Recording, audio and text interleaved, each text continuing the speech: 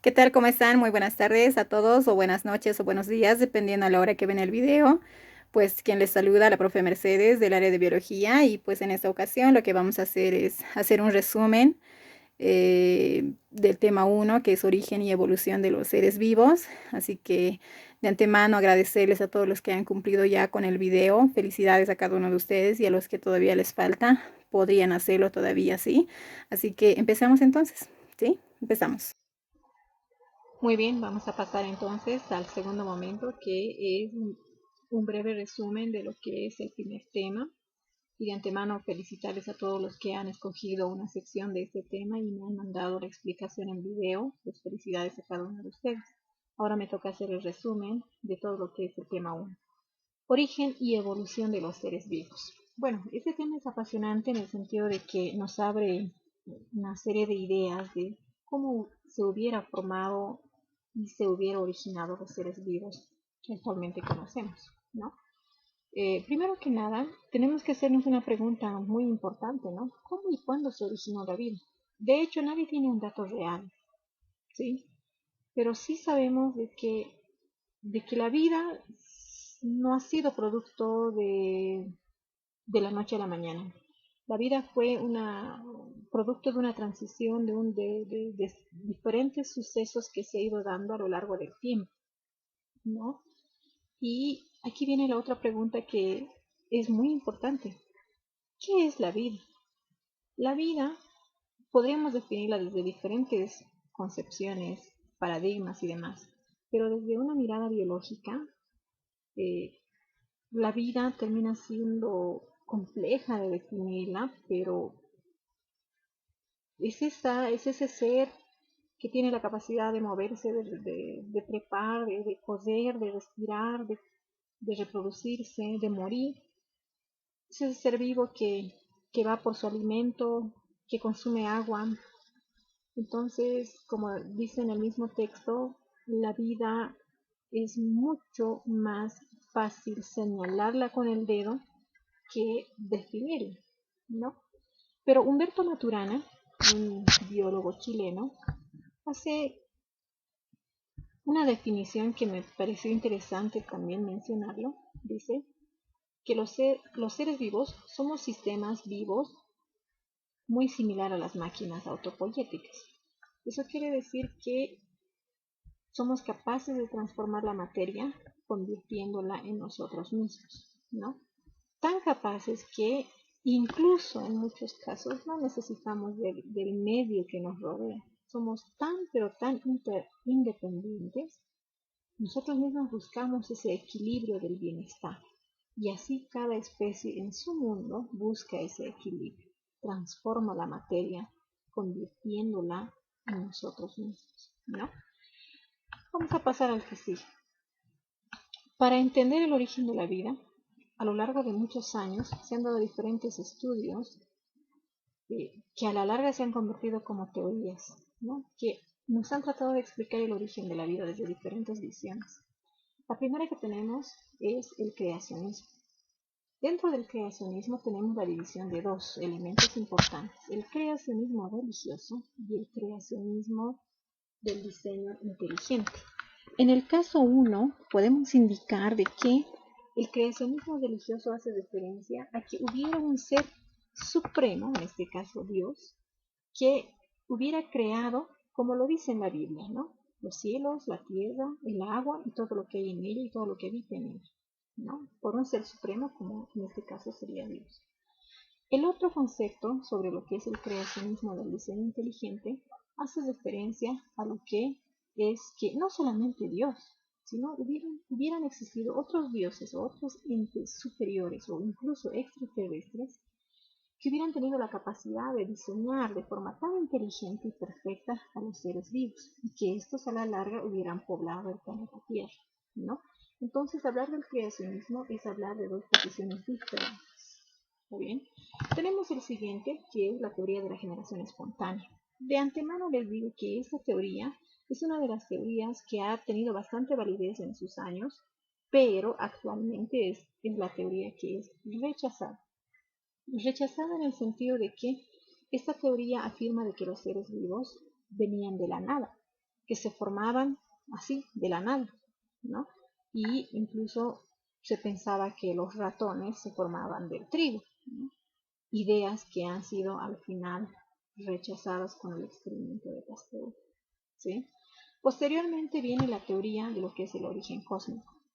Esta teoría, también conocida como la teoría de la panspermia, nos da una noción de que la vida se hubiera formado en otro lugar que no es la Tierra, en otro espacio, y que ésta hubiera llegado a la Tierra en forma de meteoritos o en forma de esporas, y que encontrándose la Tierra en las condiciones adecuadas para vivir, esto hubiera dado lugar a que se forme la vida en la Tierra, ¿no?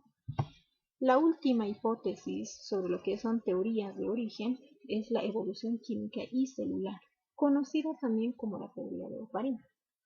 De hecho, esta última teoría afirma de que la vida hubiera surgido producto de las interacciones químicas, considerando que la Tierra, mucho más antes, en su proceso de formación, era totalmente desastrosa, ¿no? Las condiciones no estaban dadas. Habían tantos elementos químicos que estaban emanando en la atmósfera y éstas hubieran sufrido interacciones químicas que hubieran dado a la larga formación de elementos. Estos elementos a biomoléculas que se conoce como las moléculas prebióticas, ¿no? Y que éstas hubieran formado a la larga lo que son los aminoácidos, y estos aminoácidos después hubieran formado las proteínas, y estas proteínas hubieran dado lugar a las células, y estas se hubieran adherido, por decirlo así, en los charcos de agua que ya existían en el planeta Tierra, y así la vida se hubiera formado producto de una interacción química. Por eso se conoce también como la teoría de la evolución química y celular, ¿no? Es decir, aquí la vida hubiera surgido a raíz de los elementos químicos, y que tiene tanta validez esta teoría en el sentido de que nosotros, por ejemplo, somos producto de las interacciones y combinaciones químicas. En nuestros huesos, por ejemplo, está el mineral como es el calcio, ¿no?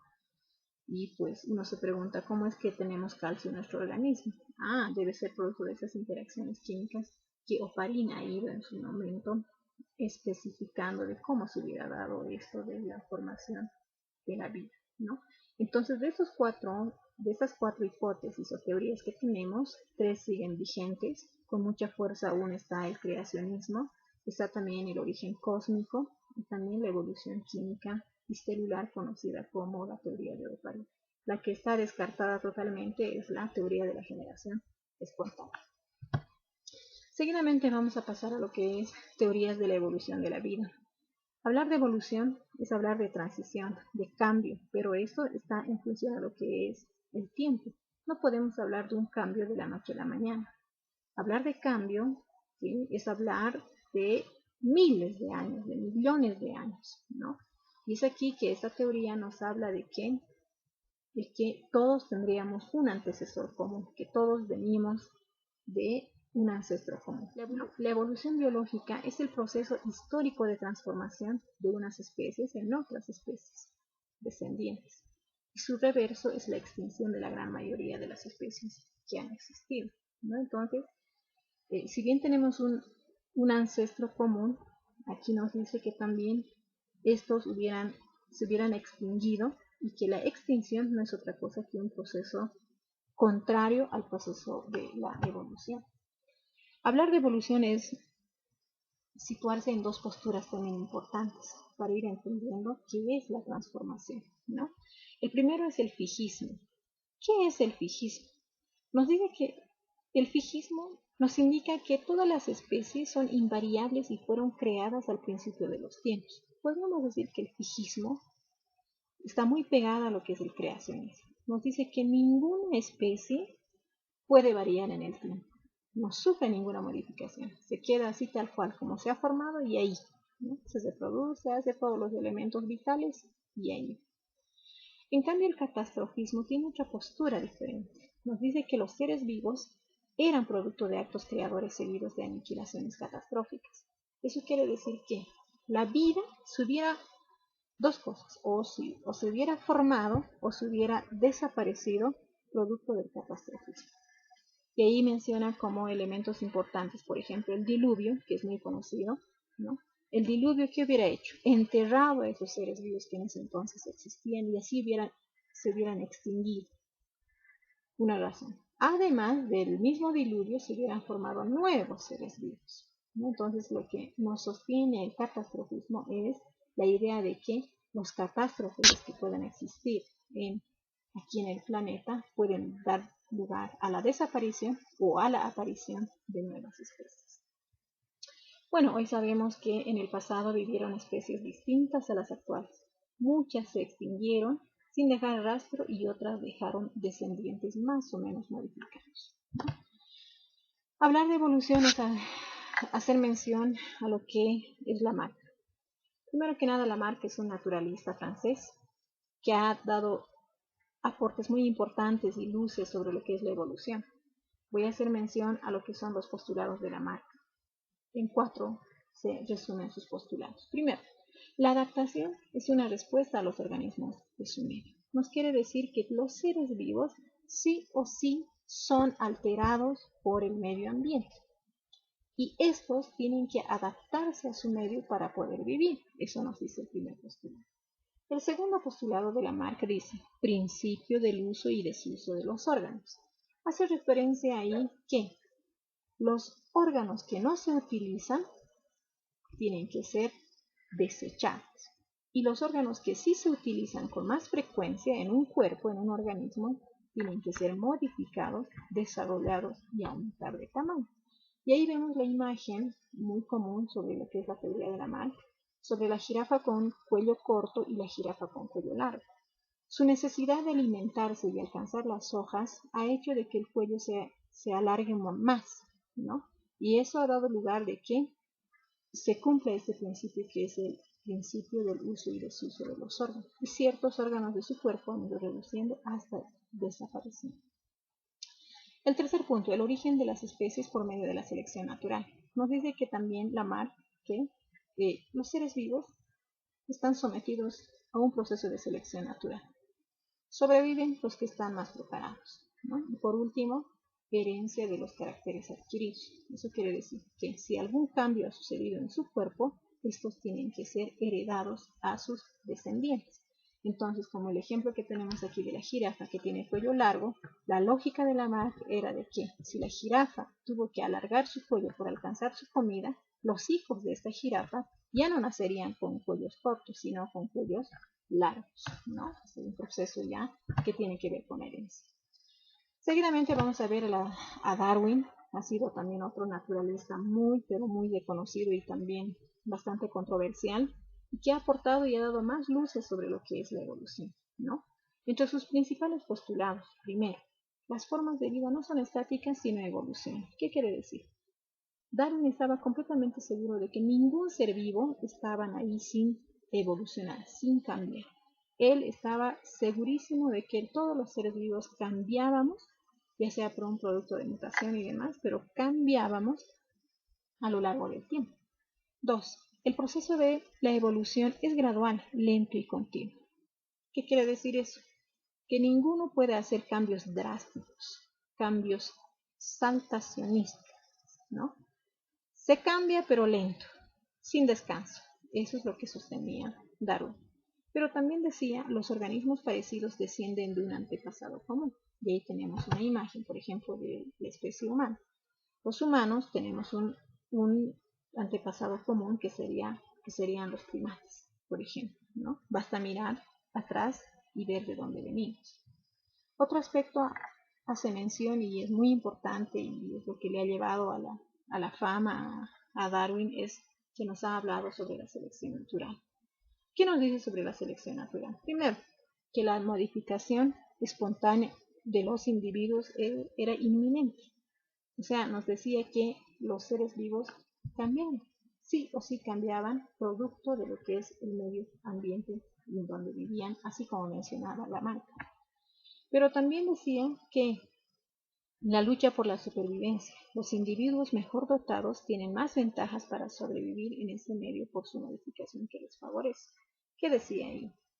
Por ejemplo, de los pinzones que tenemos ahí, este ejemplo de las aves. Todas estas aves son diferentes por la forma de los picos, ¿no? Y uno se pregunta, ¿por qué ha cambiado su forma de picos? Simple y sencillamente porque han tenido que adaptarse al medio donde vivían. Para algunos de estas aves ya no había granos para comer, entonces han tenido que alargar sus picos, hacerlas más agudas y consumir gusanos en las orillas de los lagos, por ejemplo, ¿no? Otros han tenido que desarrollar mucho más fuertes sus picos para empezar a comer, por ejemplo, frutos, ¿no?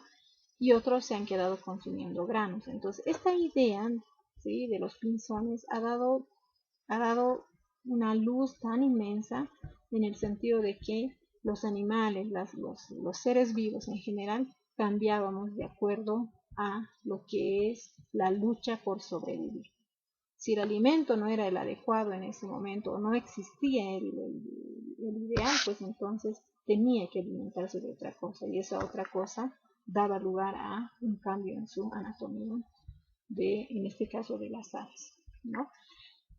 Hablar de Darwin, decía hace rato, ha sido controversial con algunos de sus postulados. Surge después el neodarwinismo, con lo que es ya la nueva idea de la genética, del proceso de herencia, de las mutaciones y demás, ¿no?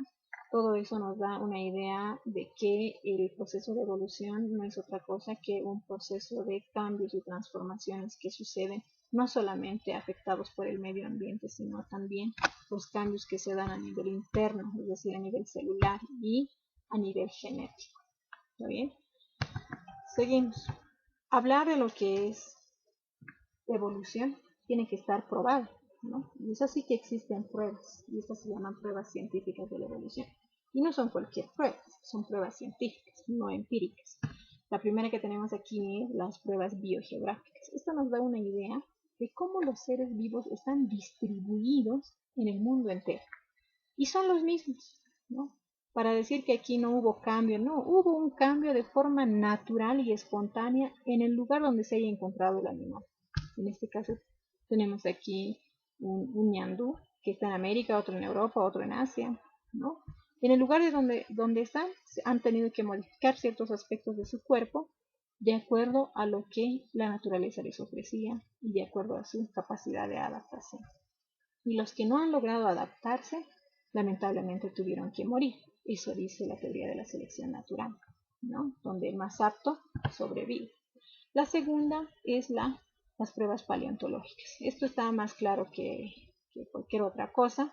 No es otra cosa que mencionar de que muchos, miles y millones de años atrás habían otros seres vivos que actualmente no están, ¿no? Que estos han dejado pruebas, evidencias, ¿no? Y ahí están los fósiles, los huesos, las huellas, ¿no?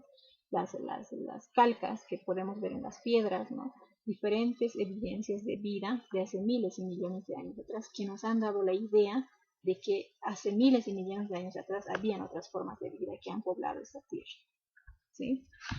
Otra evidencia es la embriología, las pruebas embriológicas.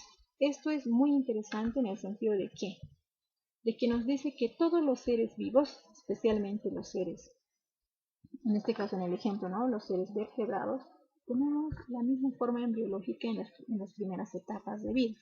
Aquí observamos el de un pez, de la gallina, de la vaca y de un humano, que en las primeras etapas embrionarias son igualitos. Tienen ojos grandes, cabeza grande, una parte dorsal larga y como si tuviéramos una cola, ¿no?